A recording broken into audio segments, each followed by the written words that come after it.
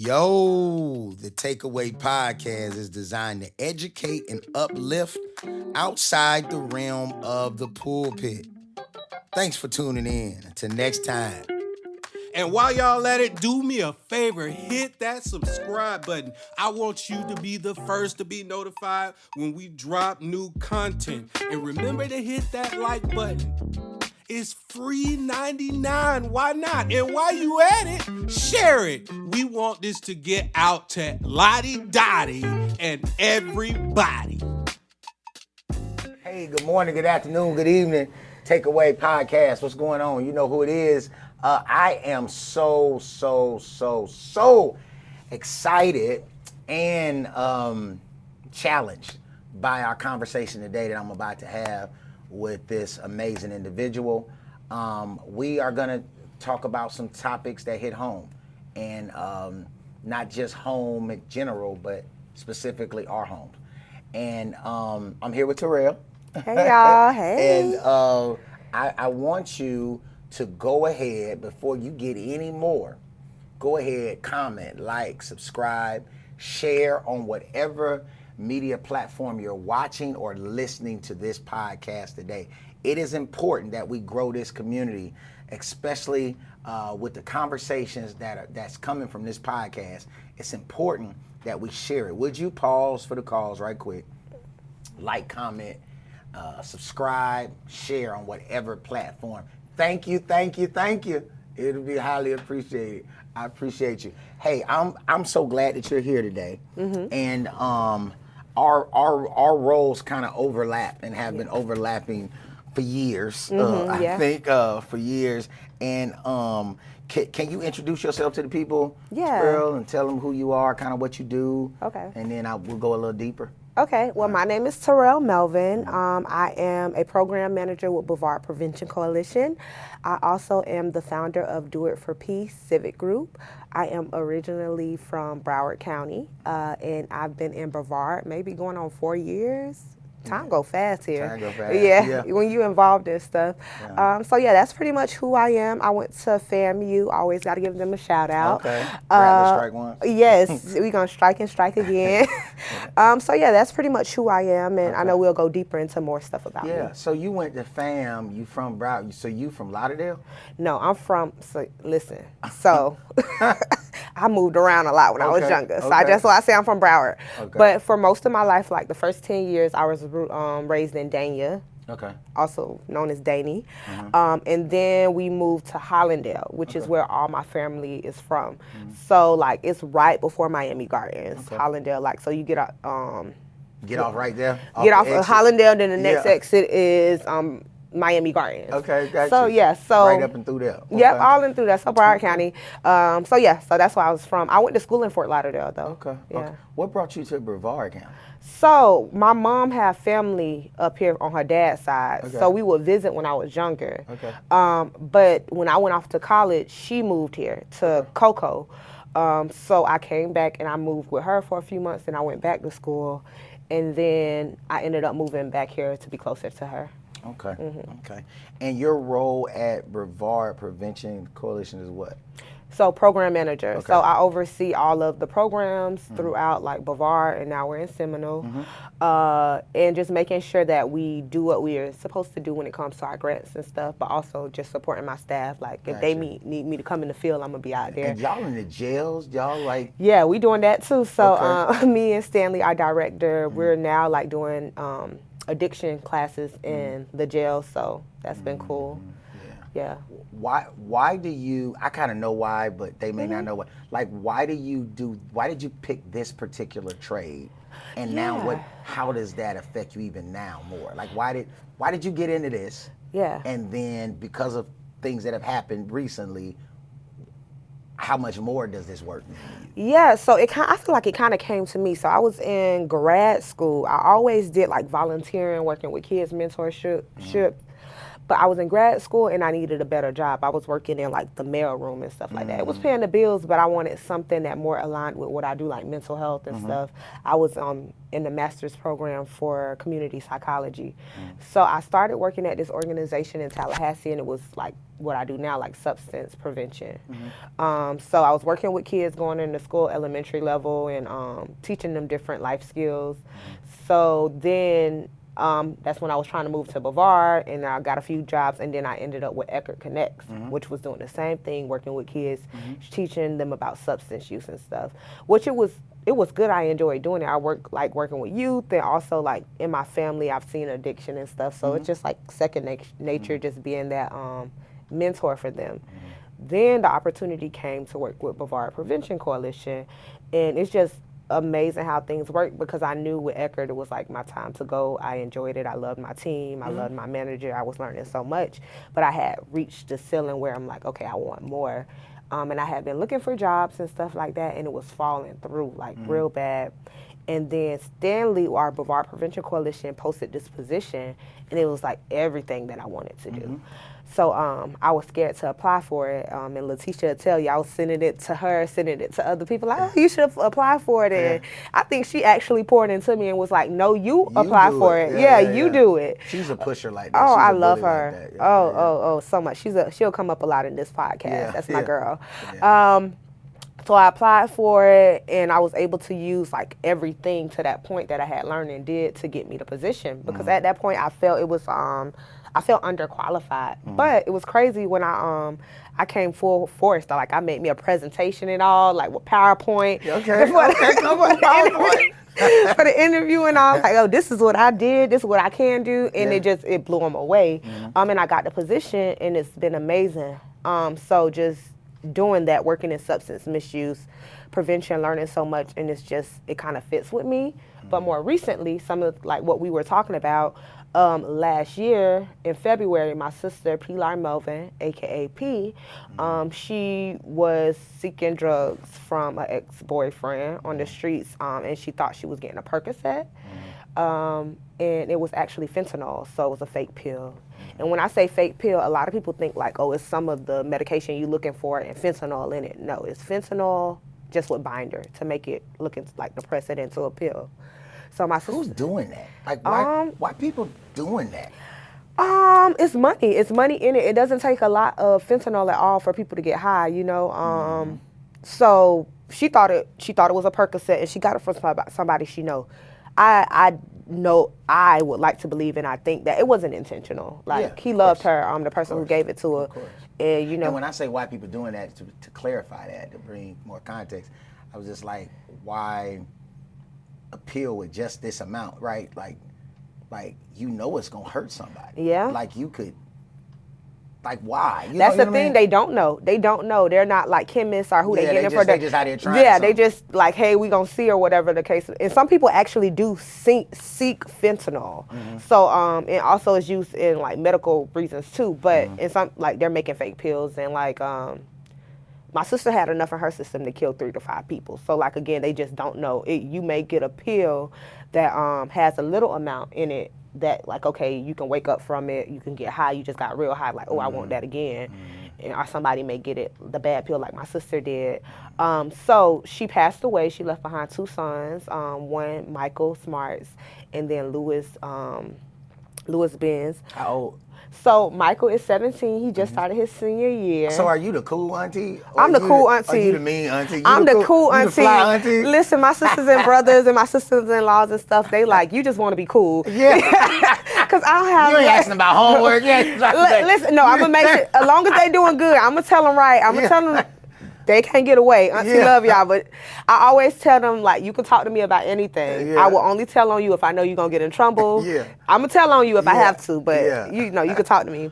But I'm a cool auntie. I'm the auntie, like, I'll send money on your birthday. Like, okay, if you that auntie. Like, you need some shoes or something. If I got it, I'll give it to you. Okay. I ain't the auntie that's gonna call every day though. But I'm here if you need me. Yeah. Call me, text me. Yeah, text me, and I'll get back to you. I'm busy. We busy, you know. So it's a bunch of y'all. You got a lot of siblings. So yeah, I'm the youngest. Okay, and that's a crazy story too. Okay. But anyways, let's get back to that. So that's why I'm into it. It's like real passionate to me now because my sister passed from it. So now it's like it just happened that I'm in this field now. Yeah. So back to how many it is of us. So I'm the youngest of 5. So it's Tasha, Paul, Pilar, was the middle child, David, and then me. Okay. But my mom was raising my cousin, which is like my little sister now. So we had her since she was like 3 months old, 3 or 6 months old. One of those. We had her since she was a baby. So that's not like my little sister too. So we got her too. Pilar. Do it for P. Can you talk about that? Yes. So talking about like my sister dying from fentanyl poisoning, and just to explain the difference between a poisoning and an overdose. So both of them are terrible, and it's like not one is better than the other one. But like an overdose is when you take too much of something. Like so, I know that I have. You know what it is. And you know I'm just taking too much of it. Yeah. And then a poisoning is when you go for one thing and you get something else. Yeah. So sometimes people go for cocaine. Some people can go for a Xanny. In my sister's case, she went for a Percocet, and you get something else. So that's when the bad part comes. Are like the I call it evil because I can't think of another word right now. But if they would have got what they wanted, like if they would have got that cocaine, which you know many times before they probably got it, they would have lived the next day to wake up and say, hey, I don't want to do this no more, or hey, I'm not going to do it as much, or just make healthier decisions, whatever that looks like to that person. But what comes is like people that are given this fentanyl, and people like they're taking that choice for them. My sister was actually supposed, like she had went and got my mom signature tattooed on her because my mom was in hospice. So my mom was passing away, so we were all stressing about that. So my sister had just went and got her my mom's signature tattooed, and she was supposed to fly to Tallahassee the next morning to help like get my mom comfortable because she was passing away. And so when I got the call So your mom was in Tallahassee? On their way to Tallahassee, Okay. yeah. So she was driving. It was just crazy, such a crazy time period. Yeah, but my mom was on her way to Tallahassee. My sister was going to meet them in Tallahassee where my eldest sister lives. So, so my sister was going to take a flight the next morning to go and help my mom, but she never made that flight because she passed, she passed on. And when I got that call at She had plans. She had plans. She had plans. She had a future. She had kids. So much. And some dirty pill. Took it away. Yeah. Yeah. We actually talked 2 days before, which I thank God. And while I was healing and going to grief share, which is like a group counseling, it helped me to see how merciful God was because he allowed me to talk to my sister 2 days before she passed. Absolutely. So she was able to say she loved me. I was able to say I love her. I was able to see what headspace she was in, and like you said, she had plans. She was trying to hurt herself, just trying to yeah. And that's something that when they do the autopsy and stuff, they ask you like their mindset to make sure like what was going on. And I was like, she was telling me how she was moving in her apartment the next week, and telling me like how I need to come and visit and all that. And we got to do stuff together. She was pretty too, beautiful. Beautiful. That's listen. That's and it's crazy because people don't know her, but they see her spirit in everything I do. Like with my staff members who helped me with everything, my prevention team. I was trying to do something halfway when it came to like the I Am My Sister Keeper event or something. And they was like, no, you doing this for P. You got to do it all the way. You got to go all the way. Is that the one you had at Jolie? The first one? The first one, yeah. Okay, I came in, I was there. Yeah, you was at that one, and I thank you for coming. I always love to support. You show up. And if you can't show up, you send people. Oh, I send people. Yeah. I got pull-up ministry. Yeah, they was there like, I didn't have to touch nothing. They was serving me. Yeah. I love it. So you have taken not just your day-to-day job deal, you've incorporated Do It For P, which is a civic group, and like lay that out. Yes. So as far as how they connect, my job and no, just however you want to lay it out. Yeah, okay, so I'm able to do it in my day-to-day job because it's crazy just how everything aligns. I had got the job maybe a few months before all this had happened. But with Brevard Prevention Coalition, we have this initiative that we work under called Move Into Light, where we do anti-stigma, overdose prevention, just trying to educate the community on what addiction is, what recovery is, and just give resources out. So with Do It For P is a civic group where it's like you deal with different civic matters in the community, or problems that come up, you'll deal with it or help fight against it, or something like that.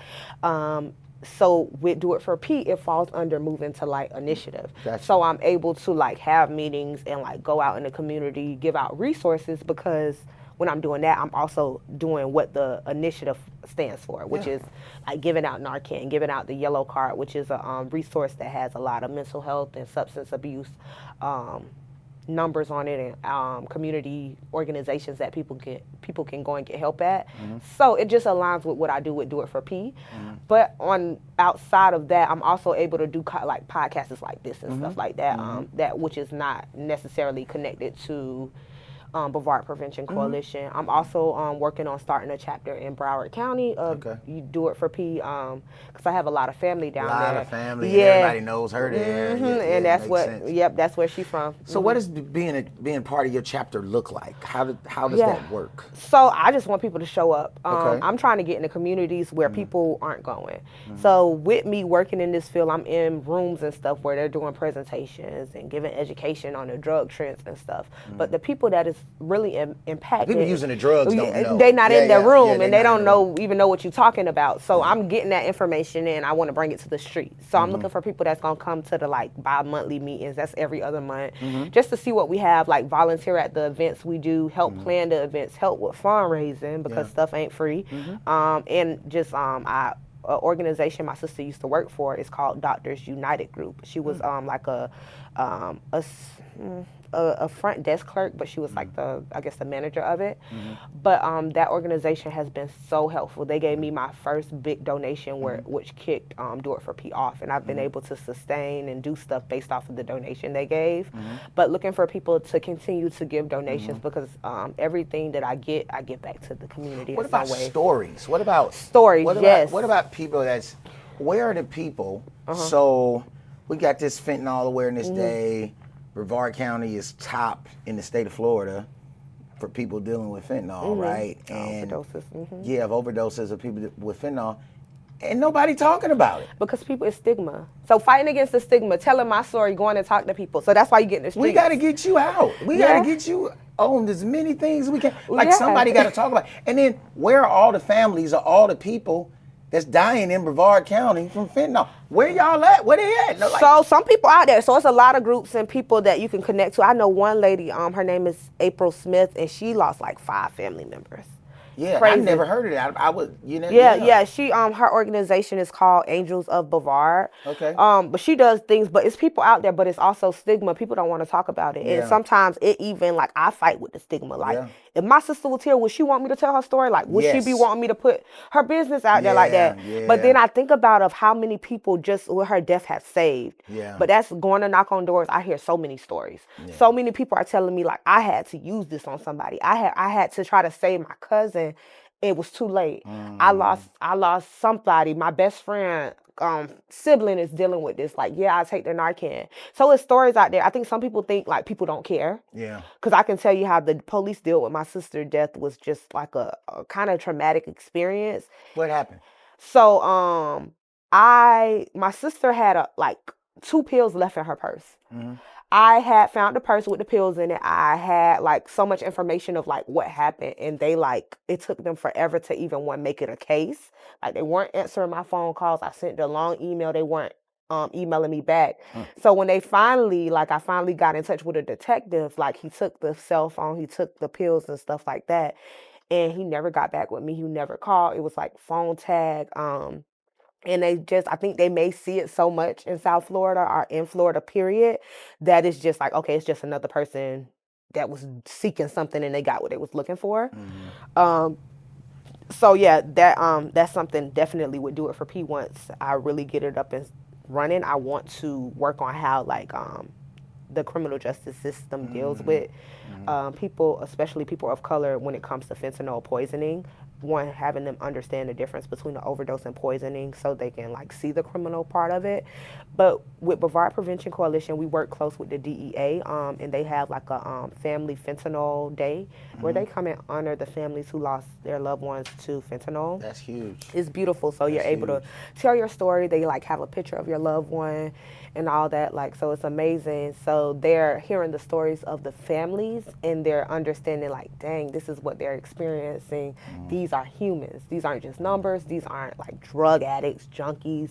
Some people try stuff for the first time and somebody was trying to get high. They weren't trying to kill themselves. They wasn't. They weren't trying to. They like, there really wasn't. My sister, when I heard the story, when it was told to me, because her baby father found her, he heard her snoring.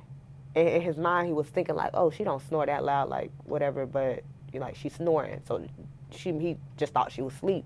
But he tried to move her and she was heavy. So one, educating people on what an overdose looked like so they can like jump into action. But also my mission with Do It For P is to make sure that they have Narcan in the house.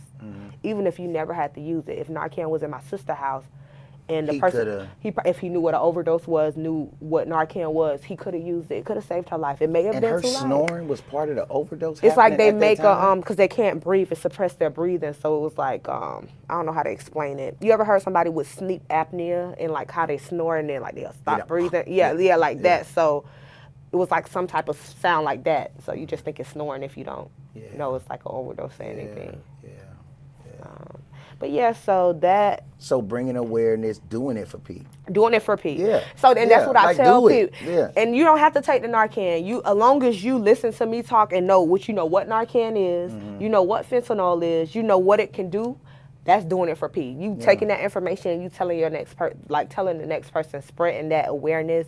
Also, when you take the box of Narcan, even if you don't never use it, you don't be around nobody with that use drugs. Yeah. You're doing it for P. Yeah. So that's all what it's about. You'll be surprised. It's not necessarily for the person that's using, but for the people around us, right? For that blink of an eye, for that one moment where, Yeah, it changed the people, because that person isn't here anymore, which is something I had to deal with my grief is that my sister isn't here anymore. So, I'm doing all this and, none of it will bring her back. But saving people's life.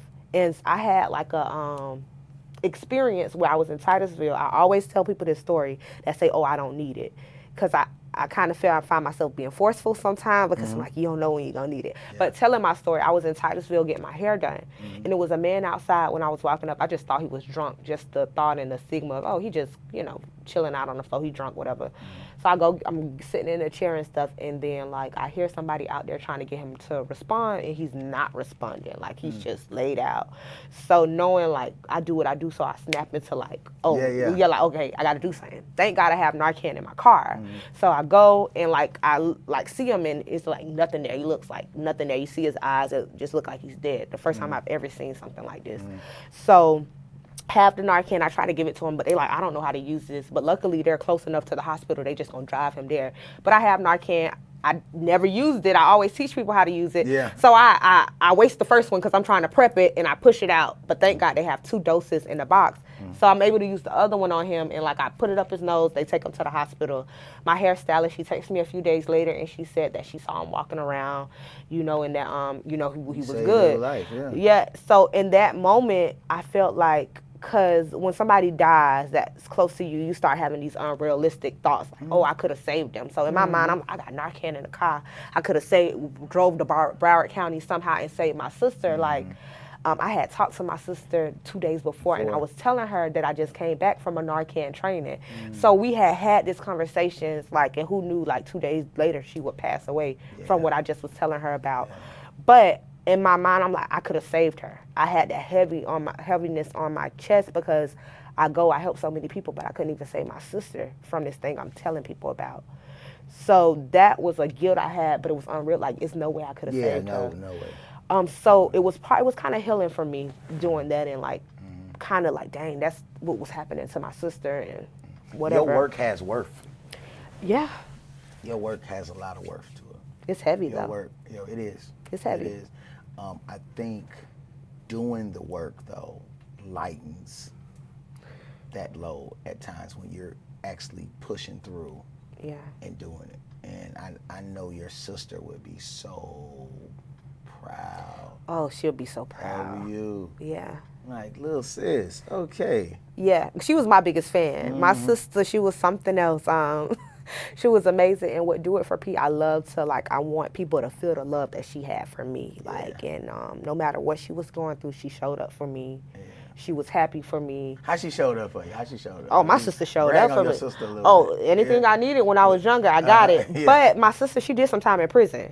So she did some time in prison. It was during COVID, so that was like tough, That right? was weird. Yeah, real it was weird. different. Like you couldn't have visitors, she couldn't see a kid. So, but I was graduating, and I couldn't walk the stage or whatever. So my best friends, they came together and they put like a video together and got all my family to give me a shout out, family and friends.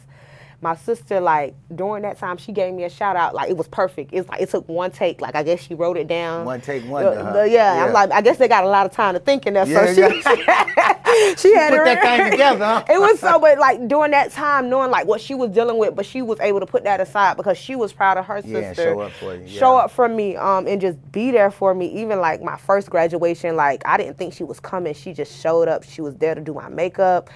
She taught me so much. She was like, I looked up to her in so many ways. Yeah. Like, people even said the day when I do certain things, or even before she passed, she's like, oh, you sound like your sister. Are you, the reactions you're doing is like your sister. But it's like, you know, that's who I was in the house with. That's who raised me. But she was always so real with me. And Was she much older than you? No, she was, so she was 34 when she passed. So I don't even know how much most of, I think she was like 6 years older than me. Okay. So it wasn't terrible, but she was like, I modeled a lot of stuff that I did after her. She was like a model. Yeah. She did a lot of modeling classes when we were younger. So I remember like looking in the window and seeing her like doing her little walking down the And you runway. want to walk too. You Yeah, I was. too. Yes. Yeah. She was doing her makeup. That's how I learned how to do my makeup and stuff. Because I see like how she do it. She putting the dots on her face. So I'm like, okay, that's how you do it. Okay, yeah. So I learned so much from her. Like even the little things, and even just how I deal with situations. Like she like, don't let nobody try you. Yeah. And that was a part of our last conversation. Yeah. She was like, because I was telling her about my new job and me being a boss and how it's new for me. Yeah. She was like, don't let nobody Run try. over you. Oh yeah, we're gonna talk about that too. Because the Terrell sitting on the couch now, you a lot more than 2 years ago when you started I that was job. like, hey, I ain't used to. But she was like, don't let nobody try you. You the boss, they respect you. That's right. Yeah, that was her last conversation to me. But she was told me in that conversation too that she was at peace with what was going on with my mom. In this with her, you know, dying and stuff like that, because we were in denial. And just that time period was crazy. I keep saying that because, So again, you lost your sister and your mom a week apart. Oh my God. My sister died on the 4th. My mom died, well, maybe a little over a week. My sister died on the 4th. My mom died on the 13th. When my eldest sister was calling me about my sister, I thought she was calling me about my mom. I thought she had passed. But it was my sister, so I'm like, what? That's a lot to put on a family in 10 days. Oh my gosh! But we came together. We kind of, it was rough when we went to the repast, or not the repast, the viewing, because we had both of their viewing together. I was gonna say you probably had both of them. Yeah, I really believe my sister said, "Come and get my," like she was like, "Come on, Mom, it's time to go," because like we were holding off having the funeral so my mom can get down, like get a little strength to come down, but she ended up passing. So we had the viewing together. So they were side by side. So seeing them at the same time was a lot. Then my mom didn't want a funeral. So my sister only had a funeral, but we were able to bury them side by side. But check how the devil is so busy. Before this happened, me and you had a conversation about me coming on the podcast and just speaking at church. Somebody went and stole my sister's headstone. Are you serious? I am so serious. I got a call. I'm like, who even does that? Who does that? Took a headstone. I'm like, the devil is busy because lives are gonna get saved. It made me upset because I'm like, okay, my sister lost her life. Somebody took my sister from me. Now they taking a headstone. Like it feel like somebody playing with you, It's right? some evil people out here. That's crazy. So, and it never happened before. We talking to the graveyard people. Never had an experience like that. My family has been in that cemetery for decades, like years. My like great grandma and stuff, and like are buried in that cemetery. So, but luckily my sister and my mom was able to be buried together. But So when we visit both, so get double flowers. But yeah, so it's heavy. The work is amazing.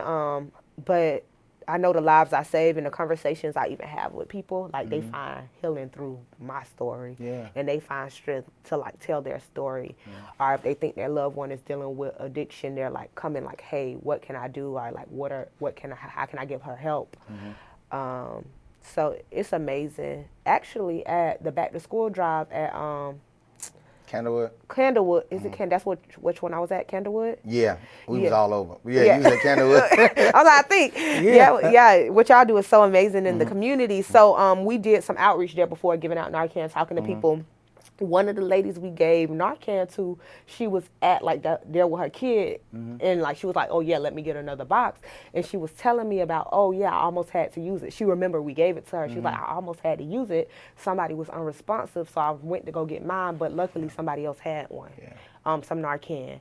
So just seeing like they know they using it. They know what's going on now. Like they're not in a battle with no weapons to use. Yeah. I think people are using it who you've impacted, but I think there's still a lot of people that don't know, and there's still a lot of people that are being affected, and they don't know what to do next, right? So that's why I wanted to sit down and talk today, and you come to church, and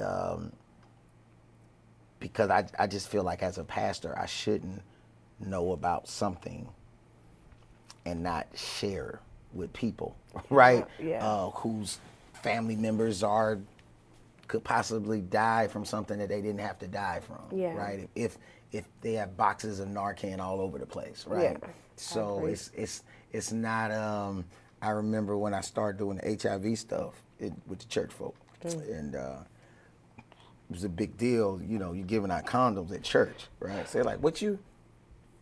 That ain't right. I said, well.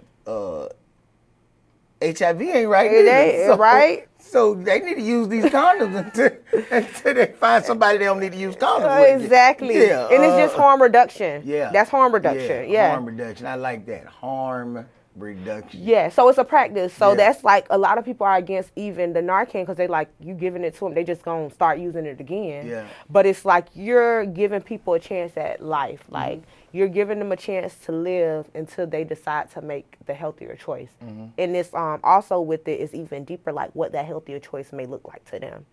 Because I can say you just need to stop using drugs. I'm gonna keep you alive until you don't want to use drugs. You want to go to rehab. But true harm reduction is like if that person say, healthier decision for me is instead of using every day, I'm gonna use 3 times a week. That's a yay. That's a yay because they're being healthier. Absolutely. Yeah. Absolutely. And I think I could speak because I'm the pastor of the church. I think I could speak for the church. I think people talk a lot about deliverance and this, and they don't talk a lot about overcoming. Yeah. Some things you not leaving today. You can pray, shout, scream, run around 3 times. Some stuff ain't leaving today. Yeah. It's gonna take some time. You're gonna have to overcome. Certain things don't leave immediately, and we have to love people through that process. Yeah. Right, and work with people through that process until they get there. Because we can't make people change. Yeah, that's true. We can't make people change, but we could make changing easier for people. The empathy and understanding like addiction or a substance use disorder is like a brain disease. Like their brain is literally rewired in something. Say that again? Like it's a brain disease. Their brain is substance use disorder. So instead of people like the junkie or addict, people are it's a disorder. And the example that I heard that like changed how I looked at stuff is that like imagine you're in a desert. You're in a desert, you haven't had food for 3 to 4 days, hadn't had nothing to drink. And it's you don't see nothing in sight. You feel like you are about to die. And somebody come with a cup of water and just say, hey, you just got to steal from your family member. Or you may just have to break a promise. but you can get this cup of water. At that moment, that don't seem as bad Yeah. because you want that water. You're 'Cause trying you to want the survive. water. You're trying to survive. So a lot of these people are in survival mode. Like they are literally taking drugs at this point to survive because the withdrawals are so bad. They're like literally dependent on it. So seeing it in that way, it just really like, you know, these people will do anything and it doesn't like disappointing you, stealing from you mentally. It doesn't like, it just doesn't balance out like when it comes to them trying to survive. So That's yeah. yeah. Yeah. Yeah, you gonna say that, you gonna have to say that again somewhere else. Yeah, listen. Yeah. I added it to my PowerPoint. I had to steal that. No, come through PowerPoint. Oh yeah, I got a whole little presentation. Yeah. But you know what I know? Like a lot of the churches, in the places of faith has been very welcoming to me. Like Absolutely. coming to like let me present to and tell my story because we know a lot of people like they come to the church first when their family member is struggling with something.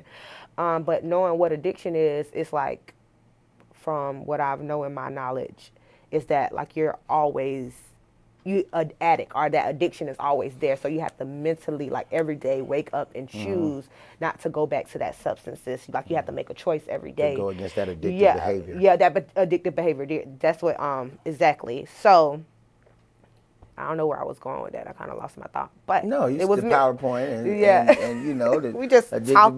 behavior. Yeah. It's good. So just like every day waking up and making that choice. So like the churches and stuff have been able to like let me come in, tell my story, and talk to the youth too. We need to. I think that's a perfect one. We need to talk to the kids with all this exploring and and letting them know everything. like back in the day, you know, mama, grandpa, them they can take a pill or smoke something. Like, Yeah. hey, that's not for me. Yeah. But these days, you do that. Yeah, they and weed you, had seeds in it. Yep, it's different. They weed It's had different. seeds in it. They ain't no seeds in the weed no more. Yeah. So yeah, man. different. So are there some target areas? I mean, you don't have to call them out, but I guess there are target areas in the county that you are looking to expand, do it for peer, expand Yeah. prevention. You know, because the key word is prevention, right? Yep.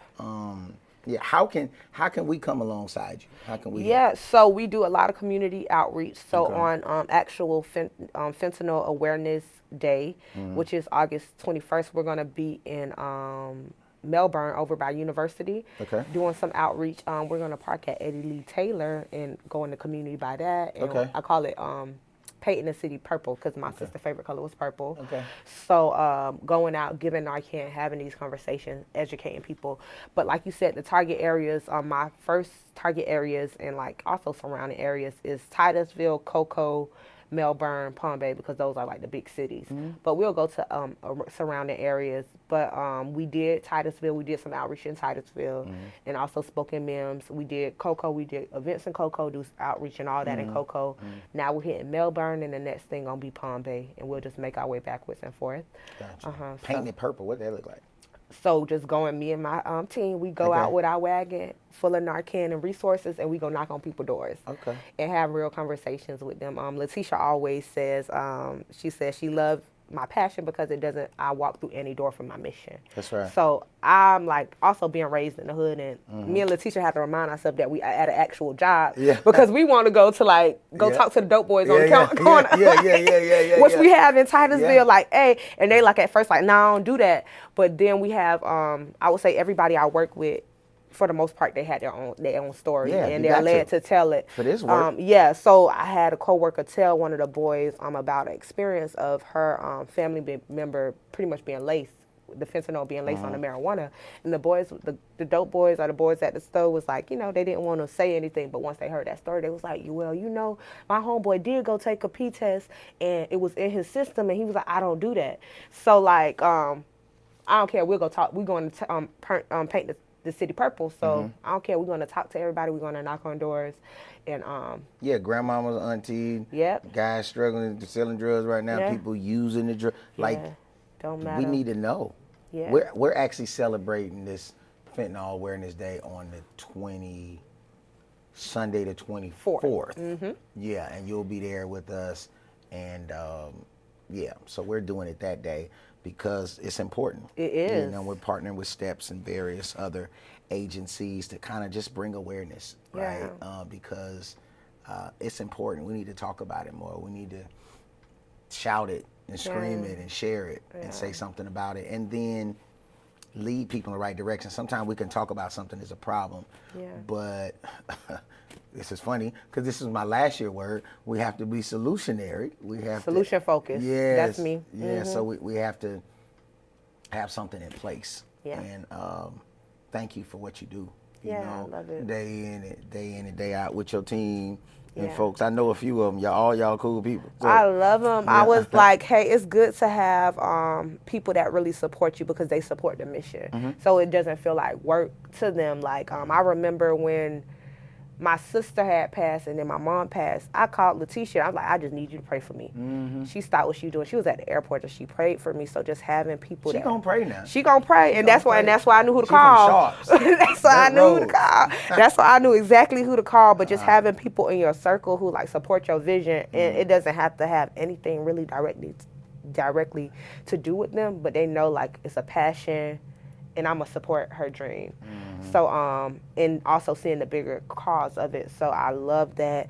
But also, I know you asked how could people get involved. So also like coming out, doing the outreach with us, helping plan, but also so the logo for Do It For Pete is a butterfly because my sister had a butterfly tattoo on her. I see the butterfly. Yeah, so I that's what I do. Every time I see butterflies, I get it. Just I feel like it keeps me closer to her. But when we call the people that we honor, like if they lost their lives to fentanyl, like especially Black women, we like call them butterflies. So I have a few butterflies who I don't have all their names right now, but people allow me to honor their loved ones. So I have. When is that day happening? It's just always looking for people. Just if you got a Okay. story, inbox me, Okay. like and I'll like there'll be a butterfly. I'll print their picture out and And stuff. we'll have all your stuff on the screen. We'll have all your stuff on the screen. Yeah. There it goes, right there on the screen, right there. There it goes, right there. Right there. Right and we there. have a Y'all see it? Facebook page that you can like and follow so you can keep up with what we're doing in the community. But yeah, it's a lot of people out there that like have experienced the same thing, but it's kids too. Like it's not only adults, it's like teenagers. They're dealing with a lot. Yeah. Yeah. Yeah, and they go, I know it was one lady telling a story, like her daughter, like straight A student, athlete, she was getting migraines, and she went, I guess, looking for a pill for migraines, and she got fentanyl and it killed her. And the person dropped her, like somebody was in the car with her, they just dropped the car off to the emergency room or something. Like, it's just crazy. It's a lot going on, yeah. I wonder why it's not being spoken about. It's being spoken about. It's the stigma. It's just not out there. It's not in certain communities. It's like, that's why I'm like, okay, I'm in these rooms. I hear about it. I see my sister's picture on the table, and it's maybe her and another Black person. So I'm like, I am going in these communities. I'm hearing these stories that sound just like mine. So why aren't they here? Yeah. So I got to bring that to the community. So that's a big thing. That's why we're doing it, because it's happening. It's being spoken about in certain communities, certain spaces. But but with Do It For Pete, even bringing my sister, we were in with Brevard Prevention Coalition. We was in Washington D.C. And I was able to speak to Senator Rick Scott's aide, about my sister's story, which was a blessing because. One, telling her story, but also hearing about like other things that they're dealing with and trying to work on in the, I guess in the United States, how they're using like Snapchat and stuff to sell pills and things like that. So yeah, social media is a big way that they like sell pills and get them drugs out. What you do when you ain't saving the world? Keeping myself busy. Okay. But I was talking to Frankie about that, and she's like, she was telling me about her experience with her mom. She was like, she was keeping busy. She told me you gonna have to she said, T, you gonna have to take a moment. So when I'm not saving the world, I'm traveling. Okay. I'm traveling.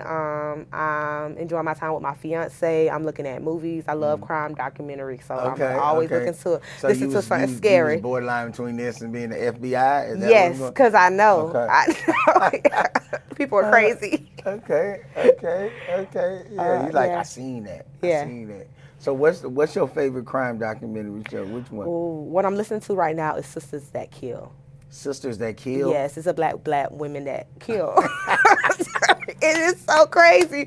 But I'm like, why would you do like... You listening to it? I'm listening to it, so when I Okay. drive and stuff, Yeah, so that's what you on. That's You what was I'm just, on. You was just on that when you pulled up for the podcast. No, I was. I was listening to gospel music. Oh, you get my mind right. You listen to gospel when you come here, when you come to a podcast. So I'm about to talk to the pastor. That is funny. That is funny. Yeah, I gotta get my mind right. I listen to my gospel music, but yeah, I love me a true crime documentary. And my fiance are like, "Why are you looking at that?" Yeah. But like, I'm like, why do people do that? Like, I gotta know. Yeah, you trying to get on the other side. But I'm a psychology. My background is psychology, so it just makes sense. Makes sense. Makes sense. Favorite music. Favorite artist. You can do two. Music. I listen to a lot of gospel music because it ain't gotta be no, gospel. I promise I do listen. I do. Like if you look at my Apple, I gotta keep my mind right. What I'm dealing with, what I'm dealing with is heavy. But I don't. J. Cole is my last favorite artist. I love artists where they telling a story. Yeah. So if I had to pick one, the last person is J. Cole. Yeah. Okay. He just did a concert or somewhere. He did something somewhere. I ain't been keeping up. That's why I said my last one. Yeah. Man, thank you for your time today. Yeah. Really appreciate. You want to ask me something? I don't know. I hope we cover everything, but I want to give you your flowers because I love, like you said, solution focused. I love somebody that's in the community, like don't matter. They'll go in certain doors and stuff just to save people. So I love that. Ever since I met you, you've been like just real, like. Yeah, we did a lot of crossover stuff, right? Like we had the same event doing stuff. Eckerd, our Brevard Prevention Coalition. But like something that I admire about you, I love people that can go in a room and just be themselves. They don't got a code switch. Just like, this is who I am. And I feel like you do that. Like, this is who I am. This is how I come in. And I feel like that's a gift. Because a lot of times, even when I was in school, I always felt like, dang, you got to change to be accepted in certain rooms. So I love people that's like, this is who I am, and this is how you going to take me. And people love and respect that realness, so I love it. I appreciate that. I appreciate that. Any way we can continue to partner and move forward, you know, it's people that love your cause, that's connected to me, and we just want to help, you know, we just want to be a part. And you guys are the professionals, so anything we can do, I can hold a can and pass a can while you tell them to spill. You know, it's all important. Thank you for what you do day in and day out. Thank you to your team. I love my team. And I'm just looking forward. Latoya and Letitia, Haley, y'all always hold me down, so I appreciate y'all. And my family, too, for letting me tell my sister's story, my nephew for giving me permission to do it for P. So I always want to thank them, too, because I'm not the only one that went through it. So I love my family and thank my family for allowing me to do this. And thank you for being on the podcast today. Can you take just a minute or so and just share with somebody that may have just jumped on, or someone that's gonna watch this one day, and just tell them about the importance of this movement that I think is happening and all. Just So Do It For P is important because I want people to know that they're not alone. They don't have to be ashamed. As a family member, or even as the person going through it, or even the person that went through it and now is in recovery, know that it's information out there. It's people that want to hear your story, and your story is important. Your loved one that passed away is important. And as we also honor the people that passed away, but it is also important to, like, one, tell their story, but also know that, like, the people who are struggling now, or who are at risk, know that they have places that they can go, people that they can go to, and there's things out there that can save their life. With Do It For P, we're trying to bring the resources to the community. The first event we did was I Am My Sister's Keeper. It was in April, and we had it in Cocoa. Our next event is going to be on September the 20th, and it's going to be in Melbourne. We'll add the flyer. And that's going to be a health fair, because a lot of times we know that people that with health problems, sometimes they turn to drugs on the streets when they can't get access to their prescriptions. So we're going to have free exams there for people. We love to share. We love to go in the underserved communities where we know that resources are limited, so that you guys know when you're not alone, and so also people care. I care. Pilar, her whole thing is anybody that met her felt special, and they knew that she cared about them. So with Do It For P, we want to share that same energy and that same love and sisterhood. Whether it's a sister or a brother, know that we care. So yeah, just know you're not alone, and you got to take your time in your journey, your grief journey. It's not easy, but it's worth it on the other end. Amazing. It's been an amazing time. Takeaway podcast. Let's take this personal. Let's take this personal. Let's like, comment, subscribe, share. Her information will be at the bottom. Let's do our part. Let's do our part. Whatever that is, I'm sure. She didn't tell me to, but I'm sure any financial donation that you would like to give toward the cause, and any part of sweat equity, any part that you want to volunteer and serve for these worthwhile events, please do. We'll talk to you next time.